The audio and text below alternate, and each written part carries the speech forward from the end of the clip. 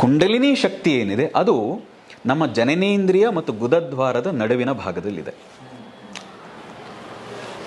ಅದಕ್ಕೆ ಮೂಲಾಧಾರ ಚಕ್ರ ಅಂತ ನಾವು ಕರಿತೀವಿ. ಆ ಮೂಲ ಆಧಾರ ಇನ್ನು ಉಳಿದ ಚಕ್ರಗಳಿಗೆ, ಇನ್ನು ಉಳಿದ ಎನರ್ಜಿ ಸೆಂಟರ್ಗಳಿಗೆ ಆಧಾರ ಯಾವುದು ಅಂದರೆ ಮೂಲಾಧಾರ ಚಕ್ರ. ಆ ಮೂಲಾಧಾರ ಚಕ್ರದಲ್ಲಿ ಆ 3 ಸುತ್ತಕೊಂಡು ಆ ಕುಲಕುಂಡಲಿನಿ ಅಥವಾ ಶ್ರೀಚಕ್ರ ರಾಜೇಶ್ವರಿ ಅಥವಾ ಮಾತಂಗಿ ಅಂತ ಏನು ಕರಿತೀವಿ, ಆ ಶಕ್ತಿ ಅಮ್ಮನವರ ರೂಪದಲ್ಲಿ ನಾವು ಕರಿತೀವಿ ಅದನ್ನು. ತಾಯಿ ಅಂದಾಗ, ಹೆಣ್ಣು ಅಂದಾಗ ಕರುಣಾಮಯಿ, ಬೇಗ ಕರಗ್ತಾಳೆ ಅಂತ.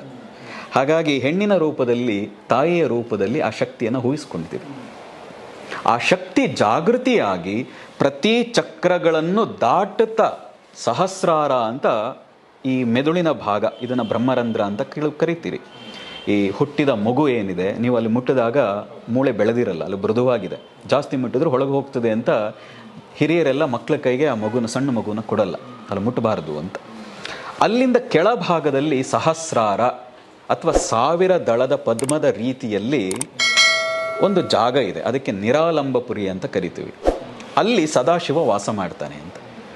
ಮೇಲೆ ಶಿವ ವಾಸ ಮಾಡ್ತಾನೆ, ಕೆಳಗೆ ಮೂಲಾಧಾರದಲ್ಲಿ ಶಕ್ತಿ ಇದ್ದಾಳೆ.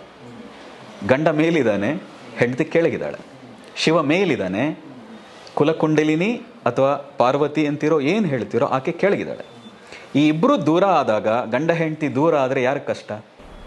ಮಕ್ಕಳ ಕಷ್ಟ. ಅದಕ್ಕೆ ನಾವೆಲ್ಲ ಕಷ್ಟಪಡ್ತಾ ಇದ್ದೀವಿ, ಸಮಸ್ಯೆಗಳಲ್ಲಿ ಒದ್ದಾಡ್ತಾ ಇದ್ದೀವಿ, ದುಃಖದಲ್ಲಿ ಒದ್ದಾಡ್ತಾ ಇದ್ದೀವಿ. ಯಾವಾಗ ಕುಂಡಲಿನಿ ಶಕ್ತಿಯನ್ನು ಜಾಗೃತಿ ಸರಿಯಾದ ಮಾರ್ಗದಲ್ಲಿ, ಸರಿಯಾದ ರೀತಿಯಲ್ಲಿ, ಸರಿಯಾದ ತಂತ್ರದಲ್ಲಿ, ಸರಿಯಾದ ಗುರುವಿನ ಮೂಲಕ ಆ ಶಕ್ತಿನ ಜಾಗೃತಿ ಮಾಡಿ ಒಂದೊಂದೂ ಚಕ್ರಗಳನ್ನು ದಾಟ್ತಾ ಹೋದಂತೆ ನಮ್ಮ ಜೀವನದಲ್ಲಿ ಹೊಸ ಹೊಸ ಮಗ್ಗುಲಗಳು ತೆರ್ಕೊಳ್ತವೆ, ಹೊಸ ಹೊಸ ಡೈಮೆನ್ಷನ್ಗಳು ತೆರ್ಕೊಳ್ತವೆ, ಹೊಸ ಹೊಸ ಆಲೋಚನೆಗಳು ಬರ್ತವೆ, ಹೊಸ ಹೊಸ ರೀತಿಯಾಗಿ ನಾವು ಬದುಕೋದನ್ನು ಕಲಿತೀವಿ. ಹಾಗೆ ಮಾಡ್ತಾ ಮಾಡ್ತಾ ಸಾಧನೆ ಮಾಡ್ತಾ ಸಹಸ್ರಕ್ಕೆ ಹೋದರೆ ಆಗಲೇ ಕರೆಯೋದು ಅದನ್ನು ಜ್ಞಾನೋದಯ. ಶಿವ ಜಡ, ನೀವು ಕೇಳಿರ್ತೀರಿ, ಶಿವ ಕೂತಲ್ಲೇ ಕೂತಿರ್ತಾನಪ್ಪ, ಅವನು ಏನೂ ಮಾಡಲ್ಲ, ಅದಕ್ಕೆ ಅವನು ಜಡ. ಶಕ್ತಿ ಹಂಗಿರಲ್ಲ, ಒಂದು ಕಡೆ ಇರೋ ಹಾಗಿಲ್ಲ. ಶಿವ ಅಲ್ಲೇ ಇರ್ತಾನೆ, ಆದರೆ ಶಕ್ತಿ ಎಲ್ಲ ಚಕ್ರಗಳನ್ನು ದಾಟಿ ಮೇಲಕ್ಕೆ ಹೋದಾಗ, ಇಬ್ಬರು ಸೇರಿದಾಗ ಆಗುವಂಥದ್ದೇ ಜ್ಞಾನೋದಯ.